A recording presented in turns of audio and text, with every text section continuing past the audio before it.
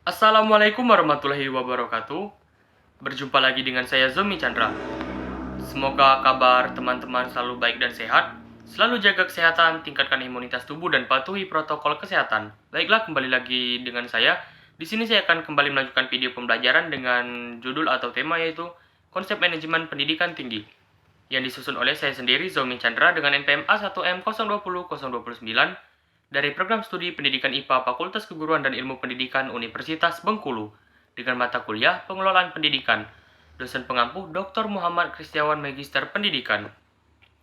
Adapun yang akan dibahas di konsep manajemen pendidikan tinggi ini yang pertama, konsep pendidikan tinggi dan perguruan tinggi, penyelenggaraan pendidikan tinggi, manajemen perguruan tinggi, dimensi makna perguruan tinggi, dan perguruan tinggi dan tantangan globalisasi. Yang pertama, konsep pendidikan tinggi dan perguruan tinggi. Konsep pendidikan tinggi dan perguruan tinggi terbagi menjadi dua. Yang pertama, konsep pendidikan tinggi, yang terbagi lagi menjadi pendidikan akademik dan pendidikan profesional. Di pendidikan akademik yaitu pendidikan yang diarahkan ke penguasaan ilmu dan pengetahuan, dan pendidikan profesional, pendidikan yang diarahkan ke kesiapan penerapan keahlian tertentu. Lalu konsep perguruan tinggi yang pertama ada akademik, kedua politeknik, ketiga sekolah tinggi, keempat institut, dan kelima universitas. Di akademik adalah menyelenggarakan program pendidikan profesional pada satu cabang atau sebagian cabang ilmu pengetahuan, teknologi, atau kesenian tertentu. Lalu politeknik menyelenggarakan program pendidikan profesional pada beberapa bidang pengetahuan khusus atau perguruan tinggi yang menyelenggarakan pendidikan vokasi. Lalu sekolah tinggi menyelenggarakan program pendidikan akademik dan atau profesional dalam lingkup satu disiplin ilmu tertentu. Lalu institut menyelenggarakan program pendidikan akademik dan atau profesional dalam sekelompok disiplin ilmu pengetahuan, teknologi, dan atau kesenian. Lalu universitas menyelenggarakan program pendidikan akademik dan atau profesional dalam beberapa disiplin ilmu pengetahuan, teknologi, dana, atau kesenian tertentu. Lalu penyelenggaraan pendidikan tinggi. Peraturan Pemerintah Nomor 60 Tahun 1999 tentang Pendidikan Tinggi mengatur bahwa penyelenggaraan perguruan tinggi yang dilakukan oleh masyarakat haruslah berbentuk yayasan atau badan yang bersifat sosial. Lalu pedoman pengelolaan perguruan tinggi terdiri atas dua, yaitu yuridis atau hukum dan perundang-undangan yang terdiri atas UU Nomor 20 Tahun 2003 tentang Sisdiknas, lalu UU Nomor 12 Tahun 2012 tentang Dikti, PP Nomor 4 Tahun 2014 serta Permendikti. Lalu yang kedua, teori-teori dan ilmu pengetahuan berupa buku dan karangan ilmiah atau jurnal hasil penelitian.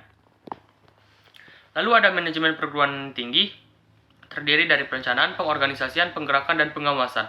Perencanaan merupakan strategi yang menentukan hidup dan mati berkembang tidaknya suatu universitas. Pengorganisasian, fungsi pengorganisasian termasuk fungsi pengisian staf yang sesuai untuk setiap tugas atau kedudukan. Penggerakan, tugas penggerakan actuating adalah tugas menggerakkan seluruh manusia yang bekerja dalam suatu perguruan tinggi agar masing-masing bekerja sesuai yang telah ditugaskan dengan semangat dan kemampuan maksimal. Lalu pengawasan, pengawasan adalah pengamatan dan pengukuran apakah pelaksanaan dan hasil kerja sudah sesuai dengan perencanaan atau tidak. Dimensi makna perguruan tinggi, yang pertama dimensi etis. Lebih menekankan pada pusat kreativitas dan pusat penyebaran ilmu pengetahuan, bukan demi kreativitas sendiri, tetapi demi kesejahteraan umat manusia. Lalu dimensi keilmuan, yaitu lebih menekankan pada dunia ilmu pengetahuan. Lalu ada dimensi pendidikan, lebih menekankan pada proses pembelajaran, mahasiswa diusahakan menjadi orang yang mau belajar terus-menerus. Lalu ada dimensi sosial, lebih menekankan pada kegiatan dan perjuangan para ahli dan mahasiswa. Lalu yang kelima, dimensi korporasi, lebih menekankan pada jasa kepada masyarakat berupa pendidikan tinggi, dalam bentuk proses belajar mengajar dan penelitian. Lalu ada perguruan tinggi dan tantangan globalisasi. Perguruan tinggi bagi globalisasi. Menurut Atkinson tahun 2011, globalisasi bagi perguruan tinggi pun merupakan kekuatan yang mengubah perguruan tinggi dari suatu institusi yang memonopoli ilmu pengetahuan menjadi suatu lembaga dari antara sekian jenis organisasi yang menyediakan informasi, dan dari suatu institusi yang selalu dibatasi oleh waktu dan geografi menjadi suatu lembaga tanpa batasan. Lalu tantangan globalisasi yaitu tantangan pada pengelolaan, tantangan pada proses belajar mengajar, dan tantangan pada pendidikan nilai. Ya, itu saja video pembelajaran kita pada kali ini tentang konsep manajemen pendidikan tinggi. Saya Zomi Chandra, mohon maaf apabila ada salah kata. Tetap jaga kesehatan dan semoga bisa bertemu di lain waktu.